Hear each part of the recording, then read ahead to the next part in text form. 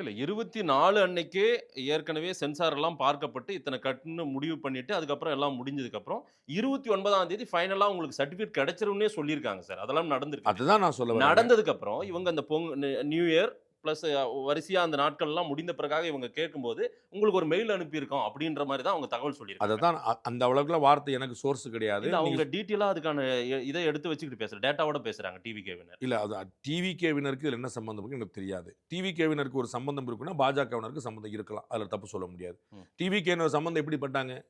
அது இல்ல டிவி அவங்க பாதிக்கப்பட்டவங்க. விஜய் தான் கணக்கு. அங்க வந்து நடிகர் விஜய். அங்க தாவேகா சார் தலைவர் விஜய். அவங்க தான் சார் அப்படியே அரசியல் படுத்தப்பட போறாங்க. அந்த கூட்டம் தான் சார் அவர் பின்னாடி இருக்குது. நான் அதான் சொன்னேன். திமுக தலைவர் ஸ்டாலின் வேற, தமிழக முதலமைச்சர் ஸ்டாலின் வேற. 2ம் திமுக ஒண்ணு தான் தலைவரா சார். உங்களுக்கு ஒண்ணா தெரியலாம். உங்களுக்கே ஒண்ணா தான் சார் தெரியும். எனக்கு தெரியாது. திமுக தலைவரா அவர் வந்து நான் என்னனாலும் பண்ணுவேன்னு சொல்லலாம் கட்சி. தமிழக முதலமைச்சரா அவருக்கு வந்து ஒரு ஒரு ஒரு ஒரு வரையறை இருக்கு. அவர் என்னனாலும் செய்ய முடியாது. ம். அதத்தான் நான் சொல்ல வரேன். நடிகரா அவர் பாதிக்கப்பட்டிருக்காரு. அவங்க புரொடியூசர் இருக்காரு. அவங்க டைரக்டர் இருக்காங்க. அவங்க போவாங்க நான் புரிஞ்சுக்கிறேன். தாவேகா தலைவருக்கு என்ன ரோல் இருக்குன்னு நான் கேட்பேன். என்னுடைய உங்களுக்கு அது புரிஞ்சா சரி, இல்ல புரியாட்ட எனக்கு புரிய வைக்க தெரியலன்னு வச்சுக்கிறேன். ஒரு 2வது பாயிண்ட்.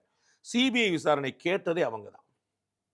சிபிஐ விசாரிக்கிறாங்களே அரசியலா அப்படின்னா எனக்கு ஒன்றும் புரியல. நீங்க தான் கேட்டீங்க. நீங்க கேட்டது தான் செய்றாங்க. அப்புறம் என்ன? அதுவும் திரு சிடி நிர்மல்குமார் வந்து திருவிழா சொன்னாரு. சாட்சியாக விசாரிக்க அழைக்கப்பட்டிருக்கிறார்.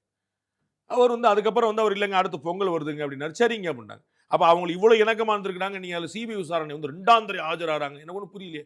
விசாரணை கேட்டீங்கன்னா விசாரிக்க மாட்டாங்களா? ம். உங்க வீட்ல ஒரு திருட்டு போச்சுன்னா சாட்சிக்கே அந்த மாரி 2, 3 முறை கூட 20 முறை கூட இருக்கும். பதில் தெரியற வரைக்கும். உங்க வீட்ல ஒரு திருடு போச்சு அப்படின்னு சொல்லி சொன்னா, ம். கேட்டுக்கூட்டு என்னங்க வந்துச்சு? எங்க பொருள் வச்சிருந்தீங்க? எப்படி வச்சிருப்பீங்க? பூட்டி வச்சிருப்பீங்களா? திறந்து வச்சிருப்பீங்களா? யார் யாருக்கு அக்சஸ் உண்டு? சிசிடிவி உங்கள்ட்ட தான் முதல்ல கேட்டு தெரியணும்.